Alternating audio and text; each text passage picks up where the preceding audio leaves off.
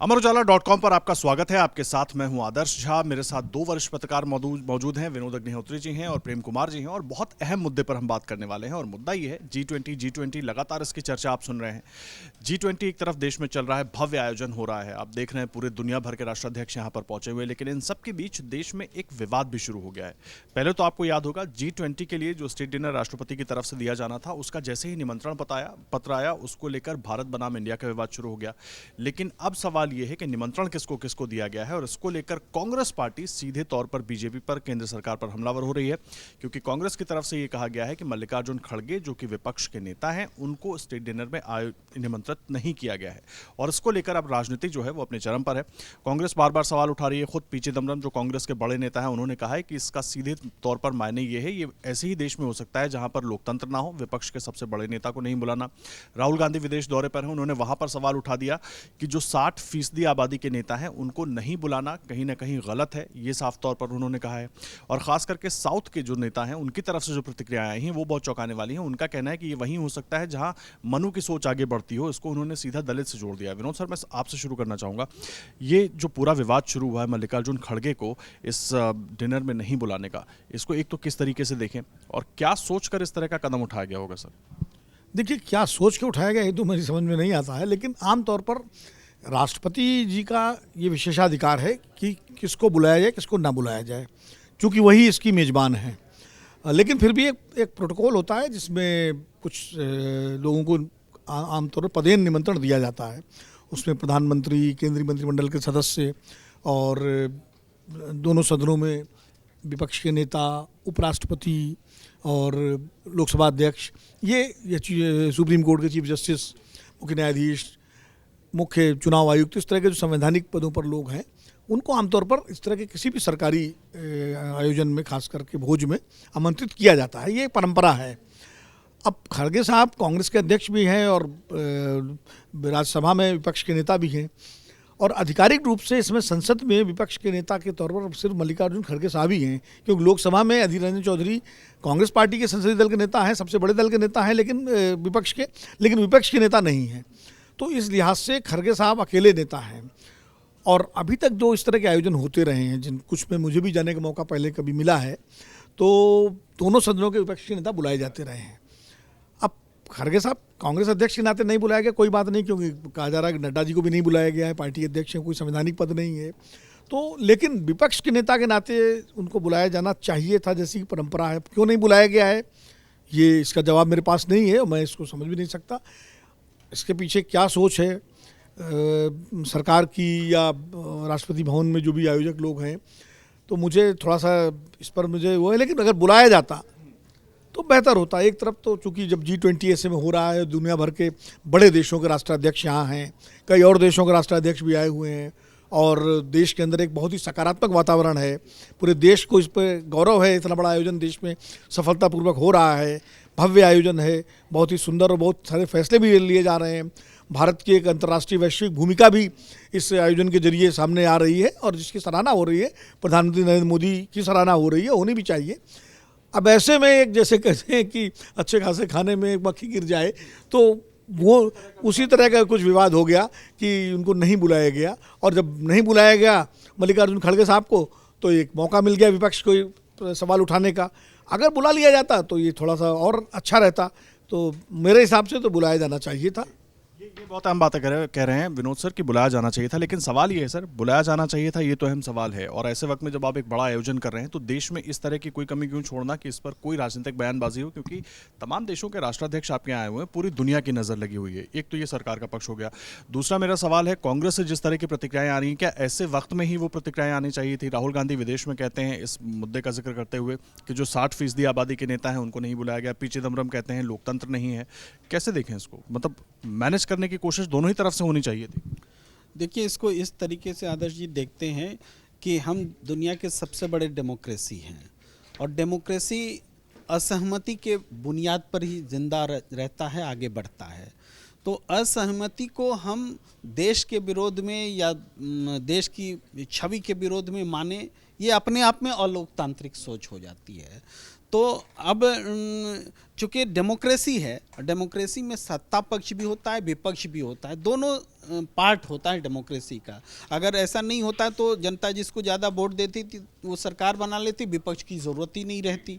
तो विपक्ष इस डेमोक्रेटिक सिस्टम का, हमारे यहाँ जो प्रजातांत्रिक व्यवस्था है, पार्लियामेंट्री ये डेमोक्रेसी, उसका एक पार्ट है।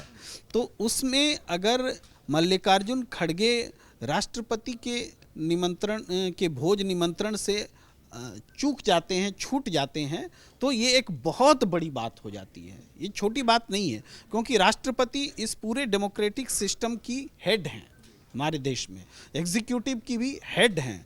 तो इस डेमोक्रेटिक, बल्कि वो नियुक्त करती हैं, तब हमारे चुने हुए प्रधानमंत्री शपथ लेते हैं। मतलब चुने हुए, नियुक्ति शब्द का इंतज़ार होता है, तब वो नियुक्त होते हैं। तो ऐसे में राष्ट्रपति जी के निमंत्रण में विपक्ष का नहीं होना, चूँकि हम ये देखते हैं कि 37% से सरकार बनी है, हमेशा ही ऐसा होता है, इस बार ही नहीं हुआ है।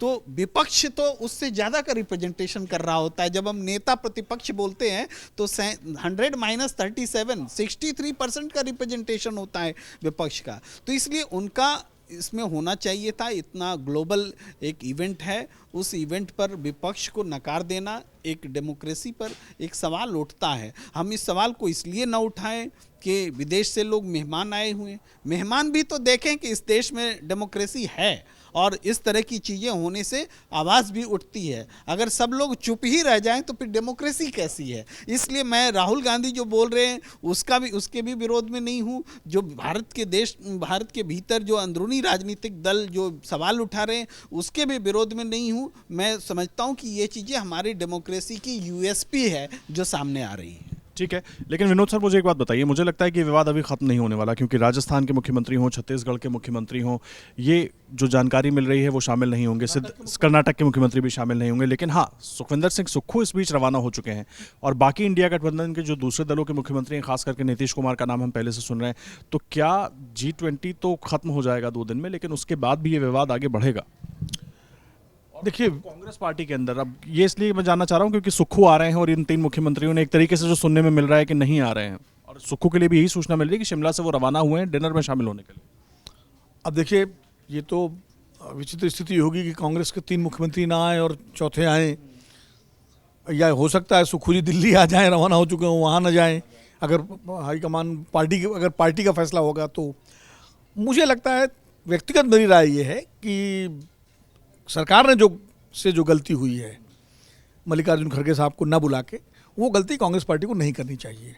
उनके मुख्यमंत्रियों को जाना चाहिए, क्योंकि ये डिनर जो है ये भारत के राष्ट्रपति ने दिया है। अब सरकार ने अगर कोई मान लीजिए चूक हुई है तो कांग्रेस पार्टी उसको ना करे, उससे बेहतर संदेश जाएगा, और ये कहे कि भाई ठीक है, आपने हमारे नेता को नहीं बुलाया है, लेकिन फिर भी चूंकि देश का मामला है इसलिए हम अपने मुख्यमंत्रियों को नहीं रोक रहे हैं जाने से। अब हो सकता है कांग्रेस की एक रणनीति ये भी हो, वो ये भी कर दे साहब, जिसकी हमने तो किसी को रोका नहीं, कुछ मुख्यमंत्रियों को अच्छा नहीं लगा इसलिए वो नहीं आए, जिनको लगा कि जाना चाहिए वो आए। ये भी सुक्खू इस रणनीति के तहत भी आ रहे हों, ये भी हो सकता है। लेकिन ये विवाद तो चलेगा। विवाद इसलिए चलेगा कि चुनाव वर्ष में हम प्रवेश कर चुके हैं। 2024 में मई में जो है चुनाव प्रस्तावित हैं, होने हैं। अब पहले होंगे कब होंगे, लेकिन अप्रैल मई में तो होने ही होने हैं, और इसमें हम सितंबर में हैं, तो निश्चित रूप से 7-8 महीने ही बाकी हैं चुनाव होने में। तो हम चुनाव वर्ष में तो आ चुके हैं, और अभी तो सर विधानसभा चुनावों में ही, और विधानसभा चुनाव भी होने हैं। और संयोग है मतलब कि मल्लिकार्जुन साहब खड़गे राज्यसभा में विपक्ष के नेता हैं, वो कांग्रेस पार्टी के अध्यक्ष हैं, दक्षिण भारतीय हैं और दलित भी हैं। तो चारों बातें ऐसी हैं जिसको विपक्ष और इंडिया गठबंधन एक मुद्दा बना सकता है कि साहब देखिए, आपने जो है दक्षिण भारत के को अनदेखा किया, आपने दलित को नहीं बुलाया, आपने विपक्ष नेता को नहीं बुलाया, इस तरह वो बना सकता है मुद्दा। तो ये विवाद तो चलेगा, और बीजेपी इसका काउंटर करेगी अपने तरीके से, वो अपना देगी। लेकिन मुझे दुर्भाग्यपूर्ण लगता है कि G20 जैसे एक शानदार मौके पर इस तरह का विवाद होना, राजनीतिक विवाद होना। हालांकि प्रेम जी कह रहे हैं कि उनको भी देखना चाहिए, सहमति के स्वर को लोग देखें कि देश में लोकतंत्र है। ठीक है, अच्छी बात है, देश में लोकतंत्र है, हम सब मानते हैं और है भी। लेकिन अगर ऐसे मौके पर विवाद ना हो तो ज़्यादा अच्छा है। लेकिन एक भारतीय परंपरा ये है, हमारे यहाँ शादी ब्याह होती है, होता है तो अगर कहीं एक आध कोई नाराज हो जाता है तो उसको शगुन भी माना जाता है कि साहब जैसे काजल का टीका लगा दिया जाता है ना, तो ये विवाद जो है एक शगुन के रूप में भी आप देख सकते हैं भारतीय परंपरा के रूप में, प्रेम जी की बात को मानते हुए कि भाई लोकतंत्र का एक स्वरूप है। लेकिन मुझे लगता है कुल मिलाकर के विवाद न होता तो ज़्यादा बेहतर होता। सरकार के पास अभी भी मौका है, अभी तो डिनर तो रात की भोज तो शाम को है, अगर वो उनको बुला ले उनको मल्लिकार्जुन खड़गे साहब को, तो विवाद का पटाक्षेप हो सकता है, लेकिन न बुलाना ये मेरी समझ से परे है। यही बड़ा सवाल है, ना बुलाना जो है वो सबकी समझ से परे है। और क्यों ऐसा हो रहा है, इसीलिए इस पर इतनी राजनीति हो रही है। देखिए विनोद सर तो कह रहे हैं कि एक शगुन के तौर पर भी मान लिया जाए, लेकिन मेरा बड़ा सवाल ये है कि इतना बड़ा आयोजन हो रहा है, इतनी तैयारियां हो रही हैं, उसके बीच में इसको मुझे लगता है कि एक छोटी सी चूक है या सोची समझी रणनीति है। क्या हो सकता है सर, क्या वजह क्या हो सकती है, कुछ भी अंदाजा जो आपको लग रहा हो? मतलब राजनीति हमारी इस स्तर पर आ गई कि इतने बड़े आयोजन के बीच भी हम इस तरह की छोटी छोटी चीज़ें निकालेंगे। मुझे देखिए, मैं तो एक बात मानता हूँ कि इसको सिर्फ एक इवेंट के तौर पर न देखें। G20 को एक शादी ब्याह जैसे समारोह से हम तुलना करते हैं तो थोड़ी बात हल्की हो जाती है। क्यों, ये एक ग्लोबल विमर्श का शक्तिशाली मंच है और इस मंच में भारत मेजबान है और यहाँ से एक संदेश दुनिया में जाना है। तो ये संदेश इस रूप में जाए कि भारत भी गौरवान्वित हो। इसी वजह से हम चिंतित होते हैं कि इस तरह के विवाद क्यों पैदा हो रहे हैं, नहीं होना चाहिए। तो ये विवाद कोई विपक्ष पैदा कर रहा है ऐसा नहीं है। ऐसा होता तो एक बात माना जाता कि ये आदतन विरोधी हैं, आदतन कर रहे हैं। हाँ, तो चूँकि ओरिजिनेट हो रहा है सरकार की तरफ से और भी राष्ट्रपति जी की तरफ से। मुझे आश्चर्य लगा कि राष्ट्रपति जी ने प्रेसिडेंट ऑफ भारत बोलकर जिस बात को आगे बढ़ाया था, वो बाद में एग्जीक्यूटिव का फैसला या बीजेपी का फैसला के रूप में दिख रहा है कि वो सब जगह भारत का इस्तेमाल कर रहे हैं। तो इसकी शुरुआत राष्ट्रपति जी से हुई, यानी राष्ट्रपति जी का एक तरह से इस्तेमाल हुआ, ये मैं देख पा रहा हूँ। तो क्या राष्ट्रपति जी का एक बार फिर यहाँ इस्तेमाल हुआ है कि मल्लिकार्जुन खड़गे जो दलित हैं, मल्लिकार्जुन खड़गे जो दक्षिण से आते हैं, मल्लिकार्जुन खड़गे जो प्रतिनेता प्रतिपक्ष हैं, उनको भोज में आमंत्रित नहीं किया जाए? अगर एग्जीक्यूटिव का इतना प्रभाव है प्रेसिडेंट ऑफ इंडिया पर, तो ये तो पूरी दुनिया में ये अब बिना बोले हुए एक खबर जाएगी कि इंडिया की डेमोक्रेसी कहाँ जा रही है, कि विपक्ष को ही आमंत्रित नहीं किया जा रहा है भोज में।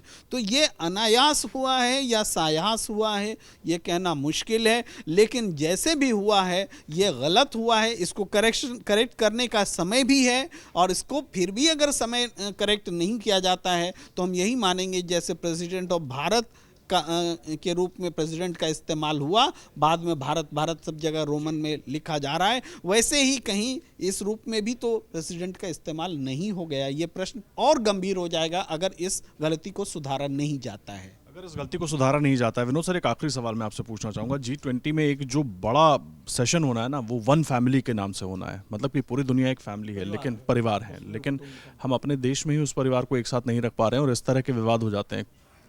उस पर मैं समझना चाहूँगा, ये चूक हो जा रही है और हम पूरी दुनिया को संदेश कुछ और दे रहे हैं। ये बिल्कुल निश्चित रूप से विडम्बना है ये कि एक तरफ तो हम बात कर रहे हैं, भारत बात कर रहा है, प्रस्ताव रख रहा है कि वसुधैव कुटुंबकम, पूरी दुनिया एक परिवार है, पूरा विश्व एक परिवार है, और है भी। हम तो मानते हैं, भारत तो मानता है, हमारी सांस्कृतिक मान्यता है शुरू से।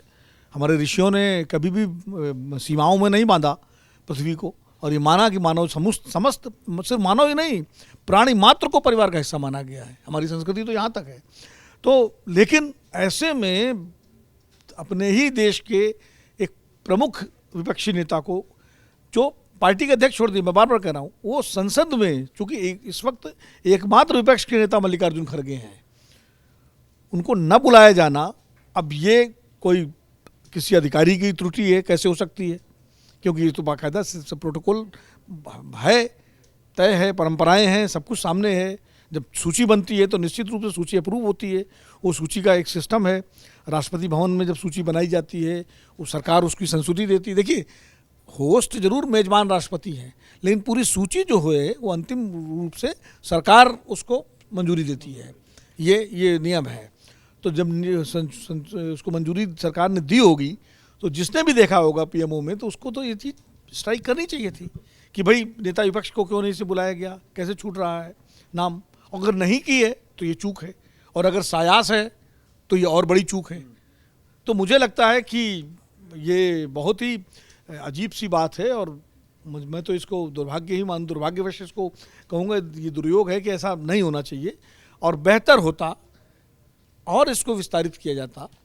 सिर्फ मल्लिकार्जुन खड़गे ही नहीं, मल्लिकार्जुन खड़गे साहब भी होते और विपक्ष के कुछ और बड़े नेता भी होते जो पुराने, जैसे शरद पवार हैं, सोनिया गांधी हैं, नीतीश कुमार हैं, वो चलिए वो तो मुख्यमंत्री के तौर पर बुलाए जा रहे हैं, या वाम दलों के जो कोई वरिष्ठ नेता हैं। इस तरह तो वहाँ भारतीय राजनीति के अलग अलग पक्ष, अलग अलग रंग वहाँ दिखते हैं आपको। और जब उनसे आप मिलवाते हेड ऑफ सारे उनसे कि भाई ये हमारी फलानी पार्टी की, जिस तरह, चूँकि ये सब लोकतांत्रिक देशों के राष्ट्राध्यक्ष हैं ज़्यादातर उसमें, और उनके देशों में तरह तरह की पार्टियां हैं, तरह तरह के लोग हैं, तरह तरह के दल हैं, और उसमें आमतौर पर जब जाते हैं तो आप देखिए वहाँ भी बुलाए जाते हैं लोग।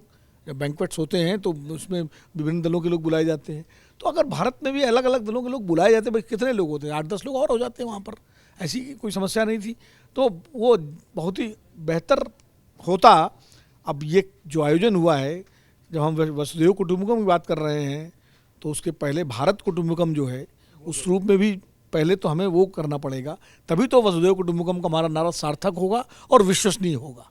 ये अहम बात आप कह रहे हैं विनोद जी, और प्रेम किशोर जी दोनों लगभग एक बात पर एक मत है कि ये जो हुआ है ये नहीं होना चाहिए और अभी भी वक्त है, अगर इसको सुधारा जा सकता है।